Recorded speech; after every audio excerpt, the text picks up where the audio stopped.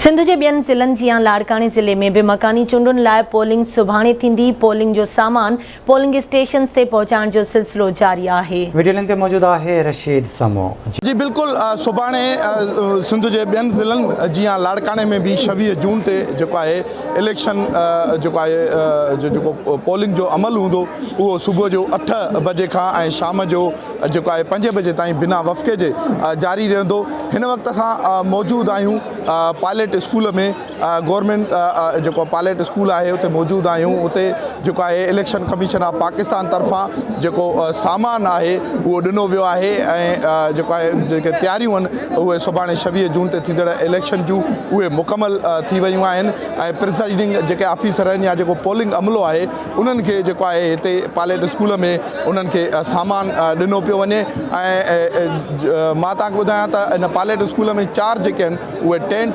क़ाइमु कया विया आहिनि जिते जेके सामान जेको आहे उन्हनि खे ॾिनो पियो वञे इलेक्शन जो।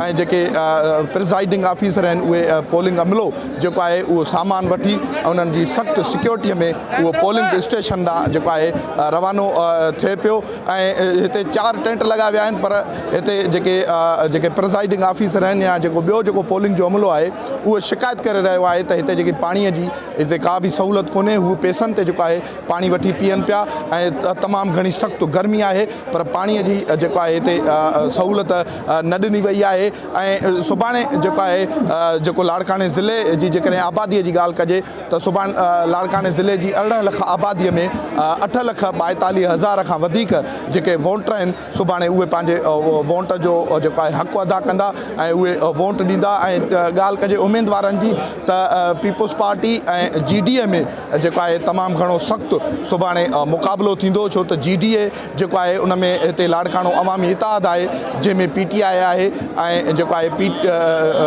पंहिंजो GDA आहे ऐं जेके ॿिया क़ौम परस्त जमायतूं आहिनि उन्हनि जेको आहे गॾिजी हिकिड़ो लाड़कानो अवामी इत्तेहाद ठाहियो आहे जंहिंमें जेको आहे पीपुल्स पार्टीअ जे उमेदवारनि ऐं GDA जा जेके उमेदवार आहिनि उन्हनि में तमामु घणो सख़्तु मुक़ाबिलो थींदो। ऐं 712 जेके आहिनि उहे पोलिंग स्टेशनियूं क़ाइमु कयूं वयूं आहिनि जिते जेके वोटर आहिनि उहो पंहिंजे वोट जो हक़ अदा कंदा।